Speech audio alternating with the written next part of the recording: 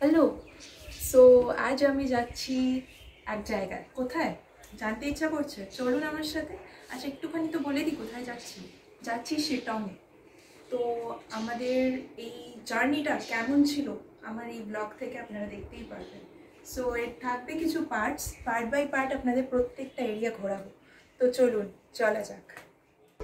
প্রত্যেকবার কোথাও ঘুরতে যাওয়ার ঠিক সময় যখনই আমরা বেরোতে যাই, নন্দু আমাদের আটকে দেয়। ও বুঝে যায় কিভাবে আমি জানি না, কিন্তু আমাদের গাড়ি এসে গেছিলো আর ওর মনটা ছিল বিশাল খারাপ, আমাদেরও খারাপ লাগছিল, কিন্তু জানি তো কিছুদিন পরে দেখা হবেই, তাই এই গরম থেকে পালিয়ে যাচ্ছি ঠান্ডার দেশে। তো গাড়ি হলো স্টার্ট, সোজা যাব এবার হাওড়া স্টেশন। রবীন্দ্র সেতু আসার পরেই মনে হয় যে অনেকটাই যেন চলে এসেছি। দেখতে না দেখতেই মা গঙ্গাকে পার করেই পৌঁছে যাচ্ছি আমাদের হাওড়া স্টেশনে। হাওড়া স্টেশনের সামনে চলে আসলে মনে হয় যেন ট্রেনটা যেন তাড়াতাড়ি আসে, কিন্তু ট্রেনের টাইম হচ্ছে 2:15 শতাব্দী এক্সপ্রেস। তো তার আগে আমরা হাওড়া স্টেশনে ঢুকে ভাবলাম যে কি করা যাবে, নয় আপার ক্লাস ওয়েটিং রুমে বসতে হবে, আর না হলে একটু কিছু খেয়ে নেওয়া উচিত, কারণ আমি আমার বাড়ি থেকে বেরিয়েছিলাম ঠিক 11:30টায়। তাই জন আহার থেকে চা খেয়ে নিলাম। এখানের কিন্তু লাঞ্চ বা ব্রেকফাস্ট বা স্ন্যাক্স আইটেম বা ডিনার সবই কিন্তু খুব ভালো, পরিষ্কার অ্যান্ড প্রচুর সেল হয় বলে এখানে কিছু বাসি পাবেন না। দেন চলে গেলাম আমরা আপার ক্লাস এসি রেস্টিং রুমে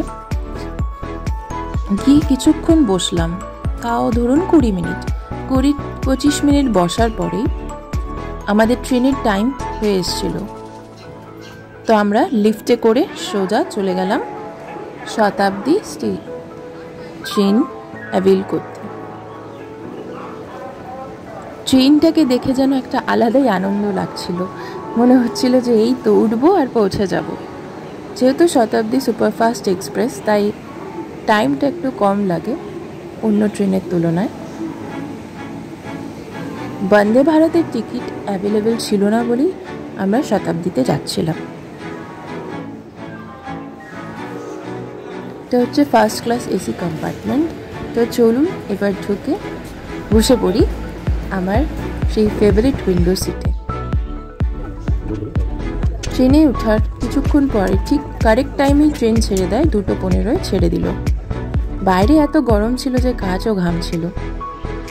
তারপরে দাদা চলে আসলো জল নিয়ে। এখানে সব টিকিটেই যেহেতু ধরে নেওয়া থাকে, তাই জন্য আলাদা করে আপনাকে পে করতে হয় না। তো তারপরে আমি বাবাকে বললাম আমাকে একটু চিপস আর চকলেট কিনে দেবে। তো আমার বাবাও কিনে দিল। অ্যান্ড বলতে না বলতেই তার 20 মিনিট পরেই চলে আসলো এই স্ন্যাক্স আইটেমসগুলো। এখানে ছিল বিকাজির চিড়ে ভাজা, পিনাটের চিক্কি, তাছাড়া ছিল একটা টি কিট, একটা স্যান্ডউইচ আর একটা সিঙ্গারা আর সস। তারপরে রাত 8টার সময় চলে আসলো ডিনার। ডিনারে ছিল রাইস, ডাল, আলু দইয়ের সবজি, চিকেন, দই, 3টে পরোটা আর হচ্ছে পিকল। আর এইটা তো বেস্ট, যেটা হচ্ছে আইসক্রিম। ডেজার্ট খাওয়ার পরে আমি আরেকটু ঘুমিয়ে নিলাম। নেওয়ার ঠিক আধ ঘন্টা পরেই চলে আসলো এনজিপি স্টেশন। ইয়েস, এনজিপিতে নামলাম আমরা যখন, তখন বাজে হচ্ছে 11:15। তো আমার বাবা যেটা করেছিল, হোটেল তখন পাচ্ছিল না বলে স্টেশনের নিয়ারবাই IRCTCর AC রেস্টরুমে আমরা চলে গেলাম। এখানে ঢুকে দেখলাম পার্ট বাই পার্ট রুমের মতন সব কিছু আছে, ইন্ডিভিজুয়ালি আপনি শুতে পারবেন। এগুলো পেতে গেলে মিনিমাম টিকিট কাটার পরপরেই আপনি বুক করে দিলে ভালো। তারপর সকালবেলা উঠে ড্রেস চেঞ্জ করে স্নান করে চলে গেলাম NGPর ট্যাক্সি হবে। তো যাওয়ার আগে এই ব্রিজটা দিয়ে আমি যখনই যাই আমার একটা আলাদাই এক্সাইটমেন্ট হয়। NGPতে নামা মাত্রই মনে হয় যে এই তো NGP ছেড়ে এবার যাব আমাদের গন্তব্য জায়গায়।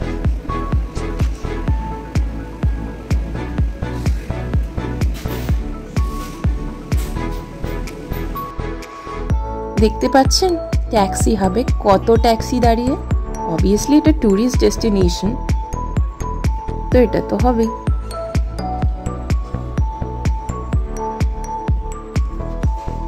NGP শহরটায় নামলে কিন্তু সবারই একটা আনন্দ হয়, আবার ছাড়ার সময় আলাদাই একটা দুঃখ হয়।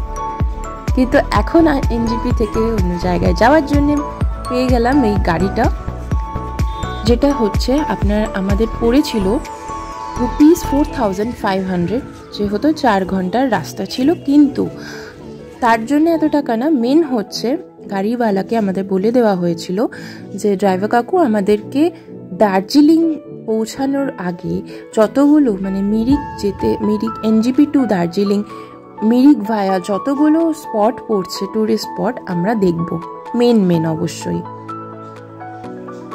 তো গাড়ি তো হলো স্টার্ট। এবার আমাদের দার্জিলিং মোটামুটি পৌঁছাতে বিকেল 4:30-5টা হয়েই যাবে, কারণ আমরা যে অনেকগুলো ট্যুরিস্ট স্পট দেখব, তো এই জন্যে একটু টাইম লাগবে। কিন্তু এই ঠান্ডা হাওয়াটা হেভি লাগছিল। তো আমাদের পেয়েছিল খুব খিদে, যেহেতু সকালে শুধু চাই খেয়েছিলাম, তারপরে আর কিছু খাইনি। চা আর কেক খাওয়ার পর চলে গেলাম এই রেস্টুরেন্টটায়। এই রেস্টুরেন্টের একটা ভালো জিনিস হচ্ছে এখানে খুব সস্তায় খুব টেস্টি খাবার পাওয়া যায়। আর সামনেই একটা চায়ের দোকান, যাদের চা ইচ্ছা আছে যেরকম কিনে গিফট করবেন, এখানে আপনারা দরদাম করে কমে পেয়ে যাবেন। এই রেস্টুরেন্টে ঢুকে পড়লাম। ঢুকে পাওয়ার পরে আমরা অর্ডার করলাম এখানে একটা স্পেশাল ব্রেকফাস্ট, যেটা আমাদের ড্রাইভার দাদা সাজেস্ট করেছিল। সেটা হচ্ছে লাচ্ছা পরাঠা আর আলু মটর কি সবজি, বাট আমাদের ভাষায় এটা ঘুগনি, অ্যান্ড তার সাথে একটি আচার। বিশ্বাস করবেন না, এই ব্রেকফাস্টটা আমাদের কলকাতায় যদি আমি পেতাম এরকম লাচ্ছা পরোটা, সত্যি কিন্তু খাই না, রেয়ারলি পাওয়া যায়। পেটাই পরোটা খুব পাওয়া যায়, কিন্তু এখানে পেটাই পরোটা না, এখানে লাচ্ছা পরোটা সার্ভ করা হয়। আর ঘুগনির টেস্টটাও হেভি ছিল। আর 80 রুপিস পার প্লেট। তারপরেই আমরা বেরিয়ে পড়লাম নেক্সট ট্যুরিস্ট ডেস্টিনেশন বা ট্যুরিস্ট স্পটে। এই ঠান্ডা হাওয়াটাকে যে কি মিস করি কলকাতায়, কি বলবো। মানে আমাদের সেই কলকাতার যে গরমটা, সেটার থেকেই তো বাঁচার জন্য এখানে পালিয়ে আসে না। দেখতে পাচ্ছেন পাহাড়ের সেই কার্ভসগুলো আর এই বিউটিফুল সিনারি। এই জায়গাটার নাম হচ্ছে টিমলিং ভিউ পয়েন্ট। এখানে আপনারা যদি খুব সকালে আসেন তাহলে সানরাইজটাও হেভি লাগে।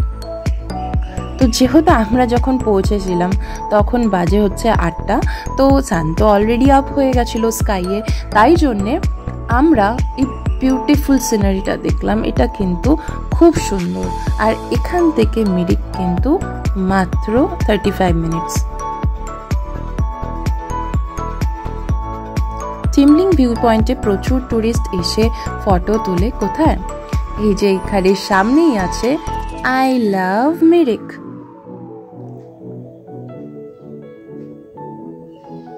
আমার এই ব্যাকগ্রাউন্ডটা এত সুন্দর লাগছিল, তাহলে ভাবুন দার্জিলিংয়ে গিয়ে শিটং যেতে যেতে কত এরকম ভিউ পয়েন্টস আছে। আমরা এটা ফার্স্ট ভিউ পয়েন্টটা বা টুরিস্ট পয়েন্টটা কভার করলাম।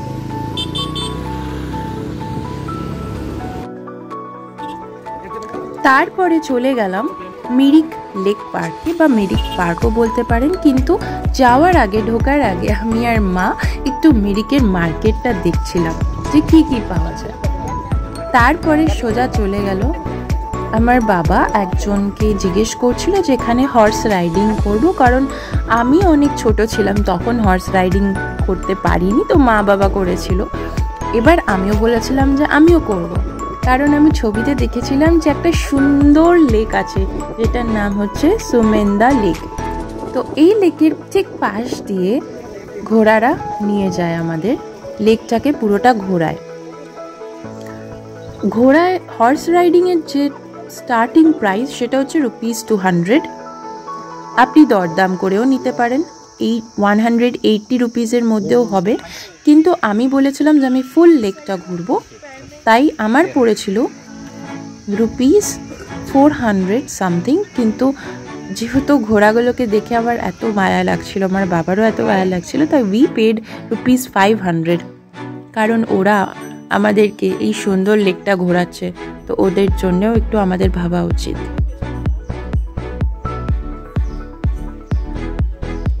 আমার তো খুব ভাল লাগছিল এই লেকের, মানে সিনারিটা এত সুন্দর, আর এই রাস্তাটাও আমাকে সেই পেহেলগাঁওয়ের একটা ফিল দিচ্ছিল। ডাল লেক নাই হোক, সুমেন্দা লেক কি কম সুন্দর? এই পাহাড়ি রাস্তার পাশ দিয়ে যখন এত বড় একটা লেক গেছে, আর আপনি সেই ঠান্ডা হাওয়াটাকে যখন ফিল করছেন না, আপনার এই কলকাতার যে টায়ার্ডনেস সব কেটে যাচ্ছে।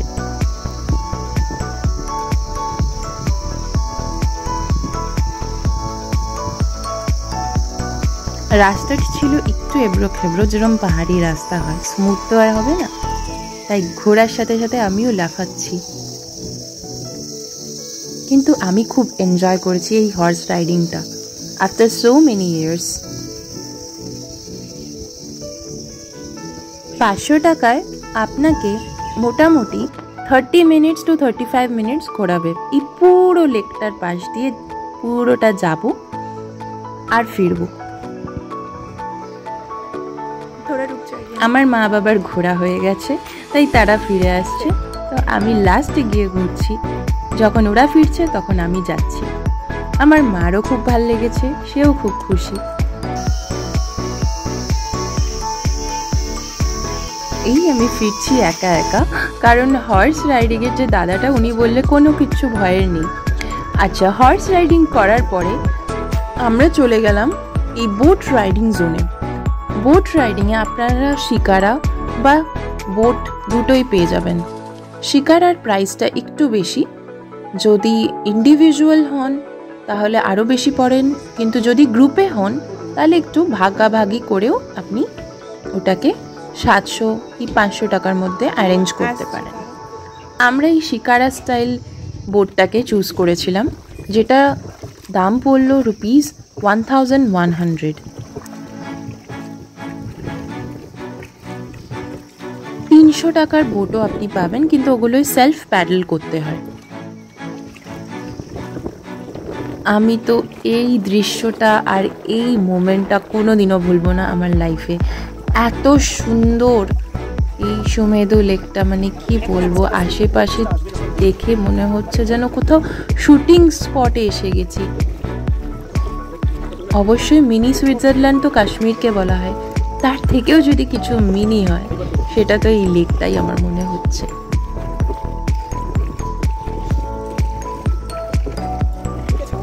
আপনি এখানে আসলে এই বোট রাইডিংটা কিন্তু অবশ্যই করবেন।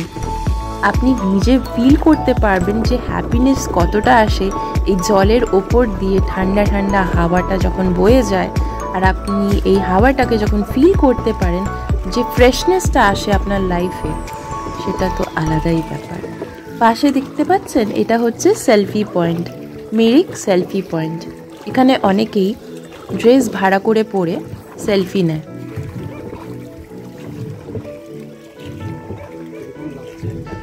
বোটে আপনাকে 30 থেকে 40 মিনিট ঘোরাবে।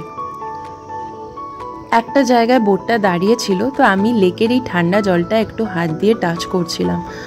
কি আলাদাই আরাম লাগছিল, বিশ্বাস করবেন না, এই রোদের মধ্যেও জলটা কত ঠান্ডা।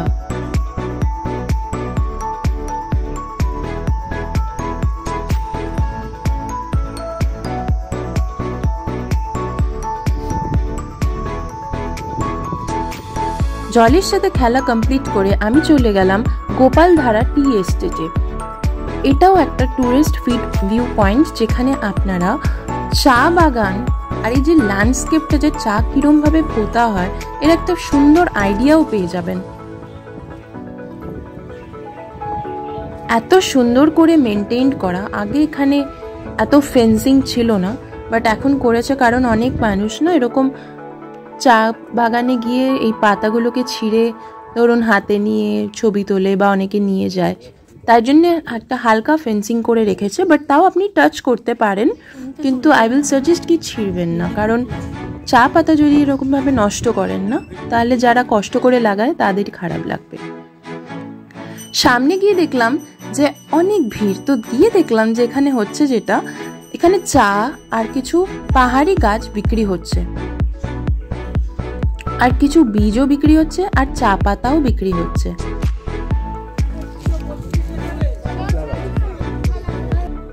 আমি একটু চা খেয়ে নিলাম, ব্ল্যাক টি, যেটার স্মল কাপের দাম হচ্ছে ₹30 আর লার্জ কাপের দাম হচ্ছে ₹50।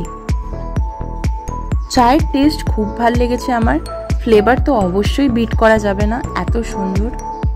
তারপরে আমাদের পেয়ে গেছিল খুব খিদে, তাই চলে গেলাম ঠিক অপোজিটেই একটা রেস্টুরেন্ট আছে, যেখানে নিয়ে নিলাম এই সিম্পল থালিটা, যেখানে আপনি পেয়ে যাচ্ছেন রাইস, শাক, অমলেট, আলু ভাজা, পাঁপড় আর কারি।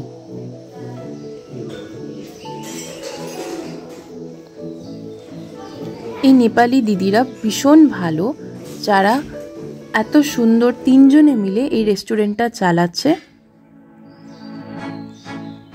খেয়ে দে তারপরে আবার রওনা দিলাম টুয়ার্ডস ল্যাপচা জগৎ। কিন্তু ল্যাপচা জগতের আগে এই একটা ছোট্ট জায়গা আছে, যেখানে আপনি দেখতে পাচ্ছেন কিছু পাহাড়ের বেসে এবং বাড়িঘরের মতন স্ট্রাকচার।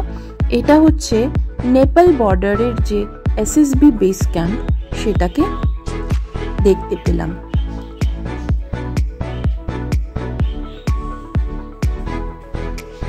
পাহাড়ের এক কোণে মেঘ জমা হয়েছে, যেগুলো কালো মেঘ, আর এক কোণে রোদ্দুর। দেখা হচ্ছে পার্ট 2 ব্লগে।